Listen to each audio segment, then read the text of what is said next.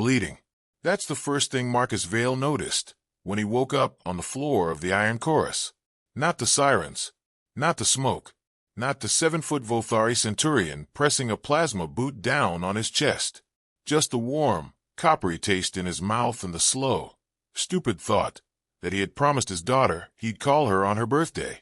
He was going to miss that call. Human. The Vothari's voice buzzed through a translator collar, flat and bored. Stand, or die on your knees. Either is acceptable. Marcus stood. You have to understand what humanity was. In the year the galaxy called Cycle 4412 post-ascension. We were not conquerors. We were not warriors. We were not the shining torchbearers of civilization that our old science fiction promised we'd be. We were the guys who fixed things. While the Vothari Dominion crushed rebellions with singing swords of collapsed matter, while the Quelith Choir sank stars into new orbits, while the Zurai merchant fleets moved wealth the size of small moons across the void, a scruffy little primate species from a backwater called Earth quietly signed labor contracts. Millions of them. Deckhands, coolant flushers, filter changers, torque monkeys. The galaxy needed hands that didn't mind grease. Humans, it turned out, didn't just tolerate grease. They whistled while covered in it. The other species couldn't understand it. The Vothari, whose neural lace shorted out in the presence of raw electromagnetic bleed, called our engineers static eaters. The Quelith, whose delicate cartilage snapped in high-G maintenance corridors, called us gravity bugs. The Zurai just called us cheap. We didn't argue. We took the paycheck. We sent it home. Marcus Vale was one of 40,000 human contract engineers aboard the Iron Chorus, the flagship dreadnought of the Vothari Third Fleet. A ship the size of a small country. A ship that had never, in 600 years of service, lost a battle. A ship that the Vothari called, in their own hissing tongue, Thal Varine, the god that walks. Marcus called it the leaky old girl. He was 46 years old. His hands were scarred in 17 places from arc welder kickback. His back hurt every morning. He had a daughter named Lily back in Fresno who was turning 12 tomorrow. He had an ex-wife who had, gently and with real kindness, explained to him that a man who spends 9 months a year in deep space was not, functionally, a husband. He had agreed with her. He had signed the papers. He still called Lily every week. He wore a patch on his coveralls that said, in faded English embroidery, Vale, Section 9, the wrench. The nickname wasn't a compliment. The Vothari Centurions who supervised the human deck had given it to him 3 years ago, after watching him wrestle a seized coolant valve for 6 hours without stopping to eat. One of them had laughed and said, "This one is not a man. This one is a tool. A wrench with a face." Marcus had smiled, wiped his hands on a rag, and said, "Yes, sir. That's about right." He wore the patch with pride. His crew, the 48 humans of Section 9, wore matching ones. When the Vothari passed, they saluted with wrenches raised. The Vothari thought it was submission. It wasn't. The morning it all went sideways started, as most disasters do, with paperwork. Marcus was in the Section 9 break room, which was really just a converted airlock with a coffee machine bolted to the wall, when the alert klaxons began to howl.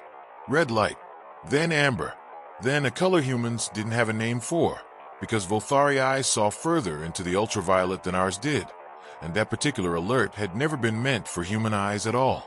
"That's new," said Chun, his second in command. She was 28, ex-Navy, and could rebuild a fusion injector blindfolded. "What color is that supposed to be?" "Bad," Marcus said. "That's the color bad." The intercom crackled. A Vothari voice, sharp and clipped. "All non-essential personnel to escape pods. All non-essential personnel to escape pods. Human contractors, remain at stations. Human contractors, remain at stations." Chun looked at him. "They're evacuating." "Yeah, and leaving us." "Yeah, boss." She swallowed. "What do we do?" Marcus set down his coffee. It was terrible coffee. Vothari synthesizers didn't understand what coffee was supposed to be. They got the caffeine molecule right and called it done. But he'd been drinking it for 11 years, and he'd miss it if he never drank it again. "We do our jobs," he said. "Get the crew to their stations. Full diagnostic sweep. Whatever's coming, this old girl is gonna need her filters clean. Chin stared at him. Marcus, they're leaving us to die. Maybe, Marcus said, but I've got a call to make tomorrow, and I don't intend to miss it. Here is what had happened.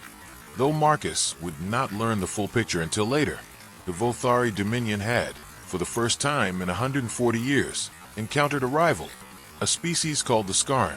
Silicate life forms, methane breathers, evolved in the crushing pressure of gas giant cores. The Skarn did not negotiate. The Skarn did not surrender. The Skarn had, 6 standard weeks ago, eaten a Vothari border colony. Not conquered, eaten. The Iron Chorus had been sent to answer that. It had jumped into the Skarn home system with 300 escort vessels and the full weight of Vothari military doctrine behind it. 2 hours into the engagement, the Skarn had done something no species had ever done to a Vothari dreadnought. They had killed its god. The Iron Chorus was not a ship in the way humans understood ships. Its central reactor was a captured, bound, semi-sentient stellar entity, a small star, folded and folded and folded again into a containment lattice the size of a cathedral. The Vothari called it the Choir Heart. It had sung the ship forward for 6 centuries. It had powered the shields, the drives, the weapons, and the strange harmonic engines that let the vessel skip through folded space. A Skarn resonance lance had reached through the shield harmonics and struck the Choir Heart directly. The god had gone silent. The ship was dying. Slowly. It would take perhaps 12 hours for the containment lattice to fail. When it failed, the folded star would unfold.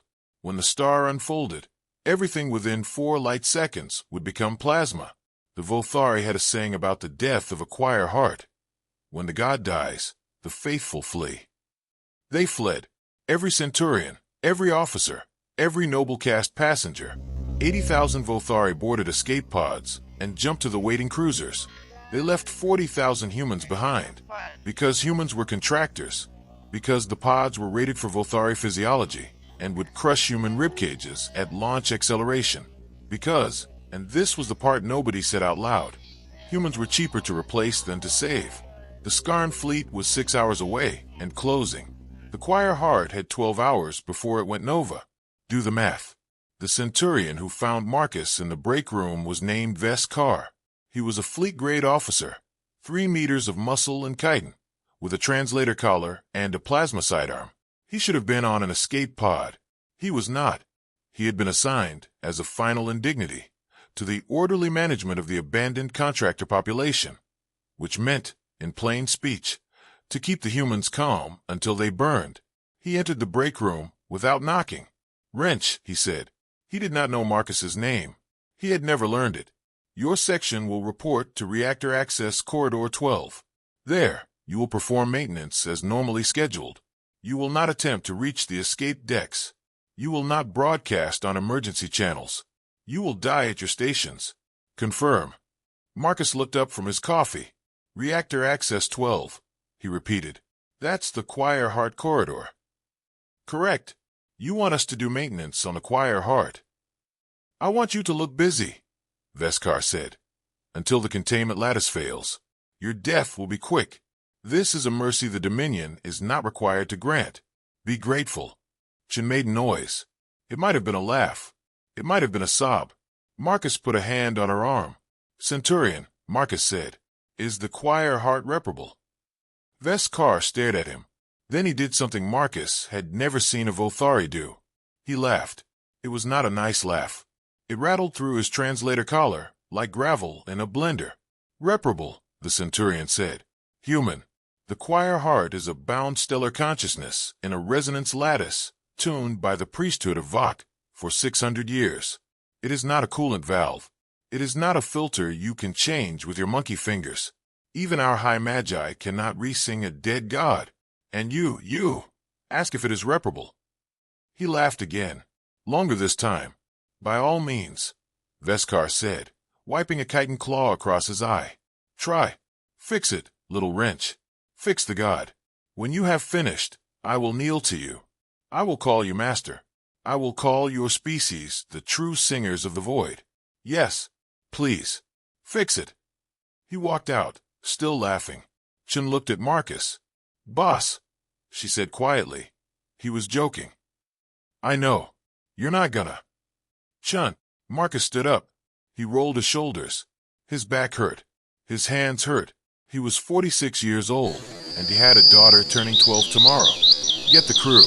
All of Section 9. Full toolkits. Meet me at Reactor Access 12 in 10 minutes. Marcus. 10 minutes. She stared at him. Then she saluted, wrench raised, and ran. Marcus stood alone in the break room for a moment. He picked up his coffee. He drank the last of it. It was, as always, terrible. Then he went to fix a god. The reactor access corridor was 3 kilometers long. It curved around the containment lattice like a rib around a heart. The walls were black stone veined with pulsing gold. The resonance conduits that carried the choir heart's song out into the ship systems. The conduits were dark. Marcus had never seen them dark. In 11 years aboard the Iron Chorus, the gold veins had always pulsed. Slow when the ship was at rest. Fast during combat. But always, always alive. Now they were the color of a corpse's fingernail. Section 9 assembled at the primary access hatch. 48 humans. Chun, old Rodriguez, who'd been an oilfield roughneck before he came to space. Priya, 23, still had her engineering school pin on her collar. Big Tam from Glasgow, who could bench press a coolant pump. Miriam, the electrician, who wore her wedding ring on a chain around her neck because rings caught in machinery. Marcus looked at them. You all heard the announcement, he said. You all know what's happening. The Vothari left. The Skarn are coming. The Heart's dying. In 12 hours, less now, this ship goes up and takes everyone on it with it. That's the situation. That's the whole situation. He paused. I'm not going to lie to you. I don't know if we can fix this. I've never worked on a choir heart. Nobody human ever has. The Vothari say it can't be done. Maybe they're right. He paused again. But I've been fixing broken things for 30 years. And I've never once looked at a broken thing and said, that can't be fixed, without at least opening it up first.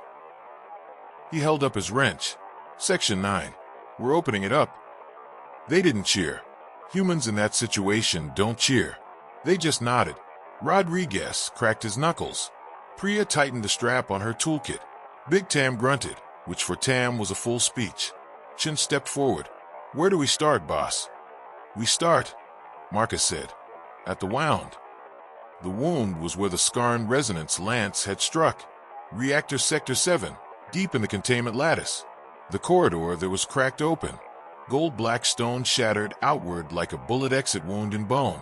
Cold radiated from the breach. Not heat, cold. The choir heart, unsinging, had begun to absorb energy from its surroundings rather than emit it. The air near the wound was -60 and dropping. Marcus stood at the edge of the breach and looked in. The choir heart hung suspended in a lattice of glass rods thicker than tree trunks. It had been a folded star, and even dead it was still beautiful. A geode the size of a house, made of light that had forgotten how to shine. Its surface was fractal, endlessly detailed, like looking at the coastline of a country that went on forever. In the center of it, where the lance had struck, there was a black scar. A wound. Priya was the first to speak. Sir, she said, the scar. It's asymmetric. Marcus looked at her. Explain. The lattice is a harmonic containment, right? It works by symmetry. The choir heart isn't fuel. It's a song. The lattice is the instrument that plays the song. The Skarn didn't destroy the song. They hit the instrument out of tune. If we can retune the lattice, if we can restore the symmetry, the song might sing itself back. Rodriguez snorted. Kid, that's the prettiest way I've ever heard anyone say, fix the busted thing. It's not busted, Priya insisted. It's out of tune. Marcus stared at the wound. He'd never studied Vothari harmonics. He'd never read a word of their theology. He didn't know a song from a scream, but he knew instruments. He played guitar for 20 years. Badly, but he knew. Priya, he said slowly, how do you retune a guitar? She blinked. You tighten or loosen the strings until the pitch matches. And if a string is broken, you replace it. With what? With another string of the same gauge and tension. Marcus looked at the lattice. The glass rods. The tree-trunk-thick tuning strings of a dead god. Chun, he said. Inventory. What do we have on this deck that's roughly the tensile strength and resonance profile of those rods? Chun was already tapping her wrist. Nothing. Boss, there's nothing on this ship that matches Volthari resonance glass. It's grown from stellar plasma. We don't even have the materials science to look at it, let alone. Chun, boss, what do we have that's close? She paused. She scrolled. She frowned. Coolant conduit. Grade 12. Reinforced quartz core, tungsten carbide sheath. It's not the same. It's not even in the same family. But the resonance profile is within 8%, and the tensile. Grade 12 coolant conduit. Marcus repeated. How much do we have? 6 kilometers in the aft storage bay. Marcus almost laughed. Then we've got tuning strings, he said. Section 9. Move. They worked. For 6 hours, they worked. Big Tam and Rodriguez hauled sections of grade 12 conduit through freezing corridors. Miriam rewired the resonance couplings by hand, her fingers going numb, her wedding ring on its chain clinking softly against her collar. Chun ran calculations on a hand slate, cross-referencing Volthari harmonic constants. She was reverse engineering from the ship's maintenance logs. Priya climbed into the lattice itself, into the wound, and, with a plasma torch and a set of gauges, began, one by one, to tune the rods that were still intact. Marcus did what he'd always done. He moved from station to station. He held things. He asked questions. He noticed the small things, the crack no one else saw, the loose coupling, the frost building on a joint. He was, as the Volthari had said, a wrench, a tool with a face. The wound was so cold that frost formed on their eyelashes. Their breath came out in white plumes. Tam lost feeling in 3 fingers and kept working. Rodriguez cut his hand open on a shard of resonance glass and wrapped it in duct tape and kept working. Priya's plasma torch flickered and died, and she pulled a spare from her toolkit and kept working. Nobody talked about Lily's birthday.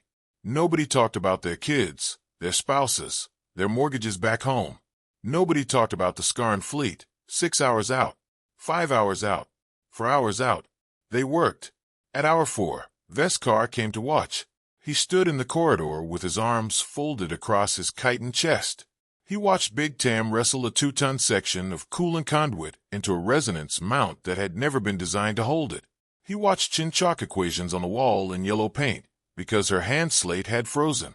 He watched Priya, deep in the wound, adjust a tuning rod with a torque wrench she'd modified using a piece of Volthari sacred glass she'd chipped off the altar plating. He said, "This is blasphemy." Marcus, walking past with a bundle of cable, said, "Yes, sir." "You are defiling the choir heart." "Yes, sir." "When the Magi hear of this." "Sir," Marcus said, stopping. "With respect, the Magi are on an escape pod 6 light hours from here, and the choir heart is currently a paperweight. If defiling it is what it takes to make it sing again, then I'm gonna defile the hell out of it." "Sir." Veskar stared at him. "You will not succeed." "Probably not, sir." "Then why?" Marcus adjusted the cable bundle on his shoulder. He looked the Centurion in the eye. "Because my daughter is turning 12 tomorrow," he said, "and I told her I'd call." He walked on. Veskar did not follow, but he did not leave either. He stood in the corridor, arms folded, and watched. At hour 6, they hit the impossible. Chun found Marcus at the primary console. She was ashen. Her lips were blue from the cold. "Boss, we've got a problem." "Hit me." "The retuning. It works. Priya's calculations are dead on. We can restore harmonic symmetry with the grade 12 conduit. Structurally, mathematically, it's right. So the choir heart isn't just an instrument. It's a bound consciousness, a living thing. We can retune the lattice, but we can't make the god sing again. The song has to come from inside. And the god is dead, Marcus. It's not sleeping. It's not stunned. It's dead. We can rebuild the guitar, but there's nobody left to play it." Marcus was quiet for a long time. Then he said, "Chun, what frequency does the choir heart sing at?" "Multiband. Subaudio to gamma. But the fundamental, The fundamental is at 41.3 hertz. Marcus almost smiled. 41.3. Yeah, Chun, that's an E. She stared at him. That's an E, Chun. That's a low E. That's the lowest string on a bass guitar. Marcus, how loud can we get the ship's PA system? What? How loud, Chun? I don't know. 200 decibels.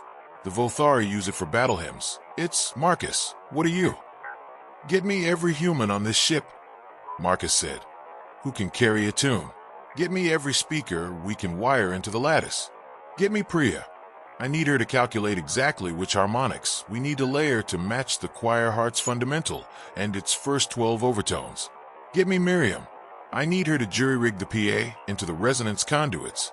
And Chun, listen. Get me the ship's entire music library. Every recording. Everything. Chun was staring at him. Boss, you want to sing the god back? I want to cover the song, Marcus said, until the god remembers the tune. She started to laugh. It was not a happy laugh. It was the laugh of a woman who has spent her whole life being told what is possible and what is not, and who is about to find out that the line was drawn in the wrong place. That's insane, she said. Yeah, that's stupid. That's the stupidest thing I've ever heard. Yeah, I'll get the crew. She ran. Here is what humans have that other species do not. We are not the strongest. The Vothari can crush our skulls between two fingers. We are not the fastest. The Quelith move through space in ways we cannot even perceive. We are not the smartest by most measures. The Zurai calculate compound interest in 11 dimensions for fun. But we sing. Every human culture, without exception, on every continent of our origin world, developed music before it developed writing. We sang before we spoke. We sang lullabies before we had words. We sang work songs while we hauled stones. We sang war songs while we marched. We sang love songs. We sang funeral songs. We sang because our lungs were built for endurance running, and endurance running is boring. And if you're going to chase an antelope for 6 hours across a savanna, you might as well have something to hum. The Vothari did not sing. Their songs were harmonic mathematics, played on instruments they had built. They did not have vocal cords capable of pitch modulation. The concept of a lullaby was, to them, alien. They had, in the deep past of their species, made a god that sang, because they themselves could not. Humans, when handed a broken god, did what humans have always done. They started a band. Marcus stood at the primary console. Behind him, wired into the resonance conduits through 6 kilometers of grade 12 coolant piping and a jury-rigged PA system that Miriam had built with duct tape and prayer, were 418 human beings. Every human on the Iron Chorus who could carry a tune. Section 9 engineers, cafeteria workers, laundry technicians, a retired opera singer from Milan who had signed on as a coolant flusher because his pension didn't cover his wife's medical bills. 3 former church choir directors, a hip-hop producer from Atlanta, 2 Mongolian throat singers who had come to space because throat singing didn't pay the bills anymore, a little girl of 9, the daughter of a hydroponics tech who had perfect pitch and had been singing since before she could walk, 418 human voices, and Marcus Vale, who couldn't sing to save his life, but who had a bass guitar in his footlocker that he'd been meaning to learn. Priya had calibrated the harmonics. Miriam had wired the speakers. Chin had computed the timing. Big Tam had, when asked what song humans should sing to wake a dying god, said in his thick Glasgow burr, "Amazing Grace, boss. You can't go wrong, why Amazing Grace?" Nobody had argued. Marcus keyed the intercom. His voice went out to all 418 singers, and to every corner of the Iron Chorus, and through the resonance lattice, into the wound in the god itself. Section 9, he said. All humans aboard. This is Vale. In about 90 seconds, the Skarn fleet enters weapons range. In about 3 hours, the choir heart goes nova and takes us all with it. We've been left to die. That's the situation. He paused. I don't know if what we're about to do is going to work. I don't know if a dead god can be sung back to life by a bunch of grease monkeys and cafeteria workers and a 9-year-old with perfect pitch. Probably not. Probably we're all going to die anyway. And this is just how we decided to spend the last 3 hours. He paused again. "But if we're going to die," he said, "we're not going to die at our stations pretending nothing is happening. We're going to die loud. We're going to die singing. And if there's anything left in that God that remembers what a song is supposed to sound like, well, we'll give it something to remember." He looked at Priya. She nodded. She raised her hand. "On my mark," Marcus said. 3, 2, 1. He plucked the low E on his bass. 41.3 hertz. The note went out through the PA, through the coolant piping, through the resonance conduits, through the tuning rod lattice of coolant conduit and Vothari sacred glass, through the wound in the god, and on the fourth beat, 418 human voices, in 5 different languages, began to sing. Amazing grace. How sweet the sound. Veskar, standing in the corridor, felt the deck vibrate. He had heard many things in his 300 years of service. He had heard the choir heart in full song. He had heard the death cries of a scarn breeding pit. He had heard the ceremonial hymns of the Magi of Vok. He had never in his life, heard this. The sound was crude. It was untuned. Half the voices were off pitch. The Mongolian throat singers had drifted a full step flat. The hip-hop producer from Atlanta was improvising a bass line that had no business being in amazing grace, and yet somehow worked. The 9-year-old with perfect pitch was carrying the melody like she was born for it. It was, by every measure of Vothari harmonic theology, blasphemy. It was also, and this Veskar could feel in his chest, in his exoskeleton, in the marrow of his chitin bones, working. The gold veins in the walls flickered. Just once. Just for a second. But they flickered. Priya screamed from inside the lattice. "Boss, I'm getting a reading." "How much?" 0.001% and climbing. "Keep singing." Marcus roared. Then quieter into the mic. "Everyone." Verse 2. Louder. "'Twas grace that taught my heart to fear." The gold veins pulsed. Held. Pulsed again. The Skarn fleet was 90 seconds from weapons range. Chun was at the console, weeping openly, her hands flying across the controls, redirecting every scrap of the ship's remaining power into the PA. The dreadnought was drawing more electricity to make 418 humans louder than it had ever drawn for its own weapons. 1%. Priya screamed. "Boss, 1% and holding."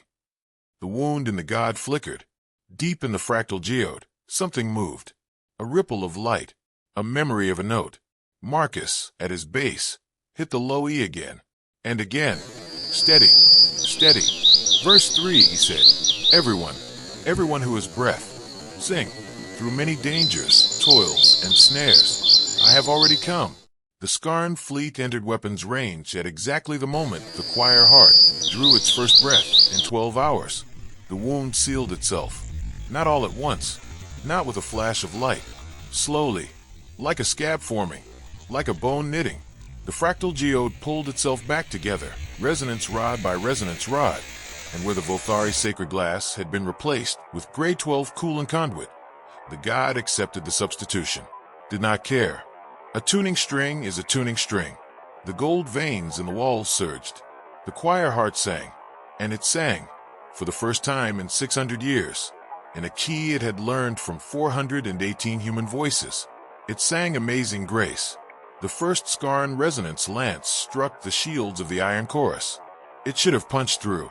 The shields were at 11%. The generators had been offline for 6 hours. By every metric of Vothari military doctrine, the iron chorus was a corpse waiting to be looted. The lance struck. The shields, powered by a god that was, in that moment, singing an 18th century Christian hymn in the key of E held. Then the iron chorus opened fire. Every weapon on the ship, every plasma battery, every resonance lance, every particle cannon, every torpedo tube, all at once, all harmonized to the fundamental frequency of the choir heart, which was harmonized to the voice of a 9-year-old girl from a hydroponics deck who was singing her heart out because her father had told her to be brave. The Skarn fleet, 300 vessels, ceased to exist in 11 seconds. Marcus stood at the console. His bass hung from his shoulder. His fingers were bleeding from the low E string, which he had struck, in that 11-second window, 147 times. He looked at Chun. She looked back at him. Neither of them said anything for a long moment. The choir heart was still singing. The ship was thrumming with it, amazing grace, in a fractal harmonic that no human ear could fully process, but which every human on the ship could feel in their bones. Priya climbed out of the lattice. She was crying. She was laughing. She was covered in frost and blood and gold light. "Boss," she said. "Boss. Yeah, we fixed it. Yeah, we fixed a god, boss. Yeah." Big Tam came around the corner, his arm around Rodriguez, who was limping. "Boss," Tam said. "Boss, the Skarn are gone. All of them. Gone." "Yeah." Chen finally spoke. "Marcus, what do we do now?" Marcus took the base off his shoulder. He set it gently against the console. He looked at his crew. He looked at the pulsing gold veins in the walls. He looked at Veskar, who was standing in the corridor with his mouth open in a way that Vothari faces were not really built to accommodate. "Now," Marcus said, "I've got to call my daughter. It's her birthday tomorrow." The Vothari escaped cruisers returned 6 hours later. They had, from a safe distance, watched the Iron Chorus die. They had watched the Skarn fleet close in. They had watched, on their long-range sensors, the impossible. 300 Skarn vessels erased in 11 seconds by a ship that should have been a tomb. They had watched, and they had not understood. Now they returned. They docked at the Iron Chorus's ceremonial airlock, the one used by nobles and magi and fleet admirals, not the service hatches, not the ones used by contractors. The delegation that emerged was led by High Magus Volcarin himself, the highest priest of Vok, the man responsible for the theological maintenance of the choir heart. Behind him were 12 lesser magi, 6 fleet admirals, and a Vothari consul. They came in expecting to find a ruin, a dead ship drifting. They found a ship singing Amazing Grace in the key of E. They found the choir heart, humming quietly to itself, pulsing gold and warm. They found 48 exhausted humans asleep on the deck of Reactor Access Corridor 12, wrapped in emergency blankets, using their toolkits as pillows. They found Veskar, the Centurion, sitting cross-legged in the corridor, watching over them like an honor guard. And they found Marcus Vale, in the crew comm room, on a hard chair, in a video call, holding up a piece of cake that Miriam had baked from rationed flour and sent sugar. "Happy birthday, sweetheart," he was saying, into the screen, where a little girl in Fresno was blowing out 12 candles 108 light years away. "I told you I'd call." High Magus Volcarin stood in the doorway of the comm room. He was 600 years old. He had memorized every syllable of the choir song. He had ordained the last 4 Vothari emperors. He had never, in his life, been at a loss for words. He was now. He waited until Marcus's call ended, until the little girl said, "I love you, Daddy." And Marcus said, "I love you too, baby." And the screen went dark. He waited another moment, out of respect, though the concept of respect for a human was not one that had ever entered his theology. Then he stepped into the room. "Human," he said. Marcus turned. He was still holding the plate with the ration cake. His eyes were red. "Yes, sir." "You have." The Magus stopped. Started again. "You have done something impossible. We fixed a broken thing, sir. You retuned a bound stellar consciousness using coolant piping." "Yes, sir." "You sang to it." "We sang Amazing Grace, sir. It's an old human song, about being lost and then found." Volcarin stared at him. "The choir heart," the Magus said slowly, "is now singing that song. Continuously. It will not stop. It has, in fact, integrated the melody into its permanent harmonic structure. The Iron Chorus will, for the remainder of its operational life, hum an 18th century Terran hymn." Marcus considered this. "Sir," he said, "I'm sorry." "You are sorry." "Yes, sir." "Human." The Magus knelt. Slowly, painfully. 600 years of joints protesting. He knelt on the deck of the comm room, in front of a 46-year-old grease monkey from Fresno holding a plate of ration cake, and he lowered his head. "Human, I have spent my life in service to a god. I have never heard that God sound as alive as it does now. Whatever you did, whatever blasphemy you performed, it was not blasphemy. It was communion." He looked up. "Teach us," he said. "Teach us to sing." The news traveled fast. It reached the Volthari Emperor within 19 hours. It reached the Quelith Choir within 30. It reached the Zur-Ai merchant fleets within a day. Within a week, every civilized species in the local arm of the galaxy had heard, in some form, the story. Humans can wake dead gods. It wasn't quite true, but it was close enough that the story stuck. Veskar resigned his commission. He asked formally, in the presence of the High Magus, to be assigned to Section 9 as an apprentice. Marcus made him coffee. Terrible Volthari-synthesized coffee. Ves drank it and pronounced it, in what Marcus later realized was the highest compliment a Volthari centurion could give. Adequate. Chun was promoted. She refused the promotion. Then she was promoted again. She refused again. On the third attempt, they made her the first non-Volthari chief harmonic engineer of the Third Fleet, and told her she was not permitted to refuse. She agreed on the condition that Section 9 came with her. Section 9 came with her. Priya was invited to study at the Magi Academy of Vok. She went. She was 23 years old. Within 3 years, she was rewriting Volthari harmonic theory. Within 7, she was High Magus in her own right, the first non-Volthari ever ordained. Her thesis was titled, On the Retuning of Bound Consciousnesses via Substitution of Sacred Materials with Grade 12 Coolant Conduit, a preliminary study. Big Tam opened a pub on the Iron Chorus. It served real coffee and beer, and on Fridays, Amazing Grace played over the speakers, and the whole ship sang along, and the choir hard harmonized with them, and it was the most beautiful sound anyone in the galaxy had ever heard. And Marcus